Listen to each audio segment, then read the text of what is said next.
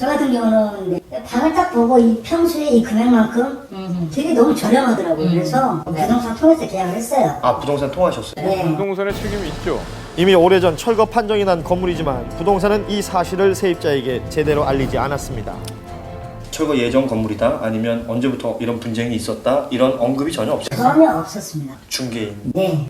그거를 왜 아시면서 저한테 하나하나 얘기를 안 해주셨어요? 네, 그때 좀 약간 정신이 직접 없어가지고 통화한 내용입니다. 설명을 좀 못해드린 것 같아요. 죄송한 거 일단 최대한 피해 없게 해드릴 거니까 걱정하지 말라고.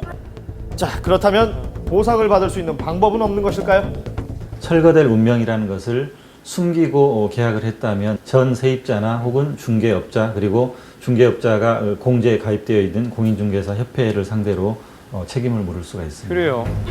누구에게나 일어날 수 있는 부동산 거래 사고를 미리 예방하기 위해 알아봐야 할 것이 있다고 합니다. 임대차 계약을 체결할 때는 건물 등기부 등본이나 토지 등기부 등본도 확인을 해보시고 이런 부분에 있어서 명확하게 사실을 확인할 수 없는 그런 거래는 위험한 거래이기 때문에 가급적 조심하시는 게 좋겠습니다. 민족의 명절 추석을 앞두고 삶의 공간을 잃게 된 사람도 언제든지 나에게 일어날 수 있는 일이라는 것을 인지하고 대비하는 자세가 필요하겠습니다.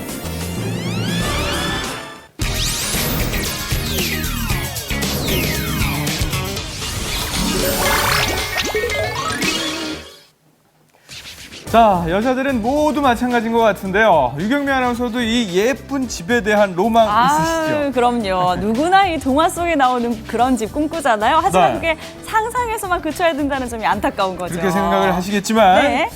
놀라지 마십시오. 우리나라뿐만 아니라 전 세계 각국에 여러분이 상상하시는 그런 집이 존재합니다. 그래요? 예. 저는 특히 저 푸른 초원 위에 그림 같은 집을 짓는 짓고 것이 살고 꿈인데요. 쉽겠죠? 그것도 네. 나오나요? 물론입니다. 예. 그 정도는 사실 로망 축기도 끼지 못하는데요. 자, 먼저 땅이 없어도 공중에 집을 짓고 살 수 어머나. 있는 폴란드의 캡슐 집부터 소개합니다. 네. 자, 집 구경하러 가시죠.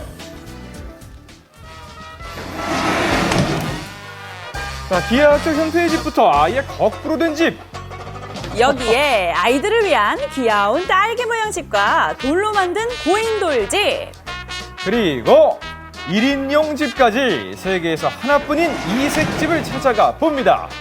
건물과 건물 사이에 공중에 떠있는 수상한 캡슐 모양의 이것. 뭔 줄 아세요? 바로 집이에요. 일명 캡슐집이라는데요. 자, 벽과 벽 사이에 집을 짓다니 정말 기발합니다.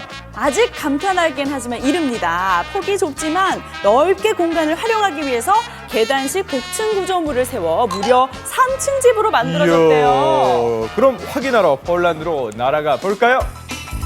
자, 날아갑니다.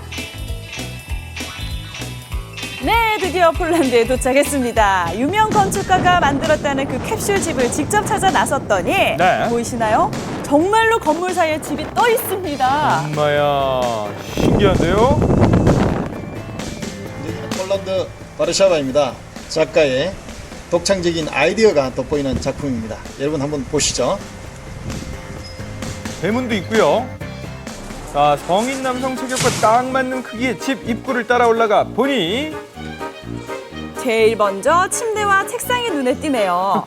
좁아도 정말 있을 건 다 있는 것 같은데요. 예. 폭이 좁다 보니 세로로 된 공간을 활용해서 가구 배치를 했습니다. 예. 심지어 침실 아래는 변기와 샤워할 수 있는 샤워기 그리고 부엌까지 꼼꼼하게 갖추고 있었고요. 네, 그런데 한 가지 이 전기는 이웃에서 Naprawdę 빌렸어야 interesujące 된대요. miejsce. Myślę, że można bardzo często to odwiedzać. Jest naprawdę warte polecenia. Dobra, dziękuję. Dziękuję. 자, 얼핏 보면 로봇 같은 이것. 몸체 붙은 6개의 다리가 눈에 띄는데요. 이 희한한 물건 정체가 뭘까요? 자, 눈치 빠르신 분들은 이미 눈치채셨겠죠? 보시는 것처럼 이렇게 자유롭게 걸어 다니는 집입니다, 이게.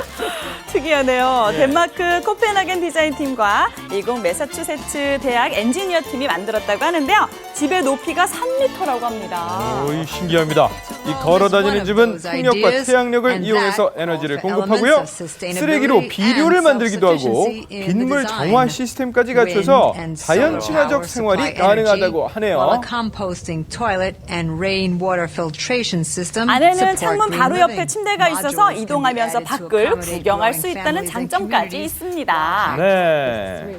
숲이든 도시만가 어디든 걸어다니는 집과 함께면 내가 가고 싶은 어디든 자유롭게 갈 수 있어요.